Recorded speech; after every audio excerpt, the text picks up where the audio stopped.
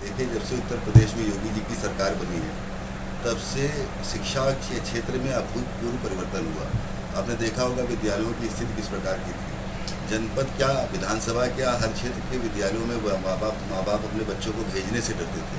आज कायाकल्प योजना के अंतर्गत काम करके न सिर्फ विद्यालयों की सूरतों को बदला गया, बल्कि शौचालय बनाकर, पानी पीने की व्यवस्था वहाँ देकर, और इसके साथ साथ सारी व्यवस्थाएं, चाहे वो भोजन की हो, चाहे कपड़े की हो, चाहे ड्रेस की हो, चाहे जूते मोजे की हो, चाहे बैग की हो, चाहे किताबों की निःशुल्क व्यवस्था करके शिक्षा के क्षेत्र में अभूतपूर्व परिवर्तन किया गया। शिक्षा के क्षेत्र में आप बताइए 4.5 साल की सरकार में जिस तरीके से आप बताइए शिक्षा के जगत में, जिस सदर विधानसभा की आप बात कर रहे हैं, कौन सा नया एजुकेशन का नया सरकारी विद्यालय खुला, हमारी महिलाओं के लिए, हमारी बेटियों के लिए कौन सी हुई, और जो पुराने इंस्टीट्यूट थे, जो हमारे प्राइवेट स्कूल्स थे, जो छोटे स्कूल थे, कोविड काल के दरमियान उनकी हालत बड़ी खस्ता हो गई, उनको चलाने वाले लोगों की हालत खस्ता हो गई। सरकार ने किस तरह की उनको सुविधाएं दी, पेरेंट्स जो थे वो भी लगातार परेशान होते रहे। जो कॉन्वेंट स्कूल थे जिनकी भारी भरकम फीस थी, समाजवादी पार्टी का अध्यक्ष होने के नाते मैंने अपनी दिक्कतों को जिलाधिकारी महोदय के माध्यम से राज्यपाल महोदय को भेजा था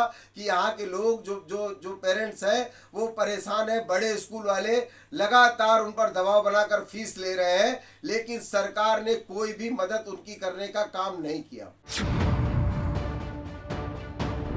चिकित्सा के क्षेत्र में दुनिया की सबसे बड़ी स्वास्थ्य की योजना यानी आयुष्मान योजना लागू करके हर गरीब व्यक्ति को 5 लाख तक के निःशुल्क इलाज करने की व्यवस्था हमारे प्रधानमंत्री मोदी जी ने लागू की। लगातार हर क्षेत्र में काम हो रहा है। चिकित्सा की जब बात करें, कोविड काल में आपने देखा ऑक्सीजन को लेकर त्राहिमाम मचा हुआ था, पैसे लोगों के काम नहीं आए, लोगों को संसाधन काम नहीं आए। सरकार पूरी तरीके से ढिंढोरा पीटती रही स्वास्थ्य का, और कहीं भी स्वास्थ्य सुविधाएं नहीं थी। पूरी तरीके से उन्नाव सदर, उन्नाव जनपद तड़पता रहा, तिलमिलाता रहा, मौतें होती रही, हम आंखों से मौतों को देखते रहे, सरकार मौतों को देखती रही, और सरकार ने कोई इस तरह का कदम नहीं उठाया कि मौतों को रोका जा सके। हम जब विधायक बने थे उस समय हमारे विधानसभा क्षेत्र में सिर्फ 190 गांव में बिजली हुआ करती थी, वो भी आधी अधूरी, और 400 गांव मजरे ऐसे थे जहां पर बिजली का तार नहीं पहुंचा था। लोगों ने 70 सालों में जलता हुआ बल्ब गांव में नहीं देखा।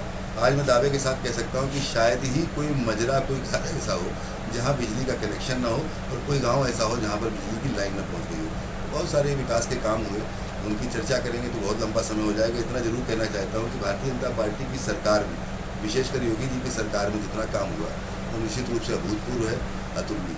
बिजली की समस्या इतनी जटिल है, ट्रांसफार्मर की क्षमता, भारतीय जनता पार्टी की सरकार आने के बाद विद्युत व्यवस्था को लेकर कोई चिंता नहीं की गई, पावर हाउसों की कैपेसिटी नहीं बढ़ाई गई। जो ट्रांसफार्मर थे, ट्रांसफार्मर की क्षमता जहां पर 10 केवीए के ट्रांसफार्मर लगे हुए हैं, ऐसे जो 3 दिन 4 दिन में फूक जाते हैं, और जनता मांग कर रही है, लिखित रूप से दस्तखत करके देती है कि ट्रांसफार्मर की क्षमता बढ़ाई जाए, नए ट्रांसफार्मर दिए जाए।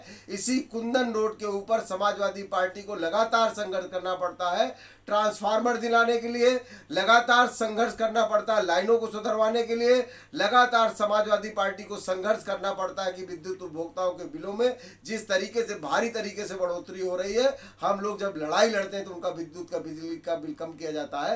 ये तो चुनाव के 4-6 महीने बचे हैं, न यही भारतीय जनता पार्टी की सरकार बिजली का बिल फिर बढ़ाने की योजना बना रही थी, लेकिन उनके टीम 11 के लोगों ने मुख्यमंत्री जी को कान में जाके फूका कि तमाम तरह की दिक्कतें हैं।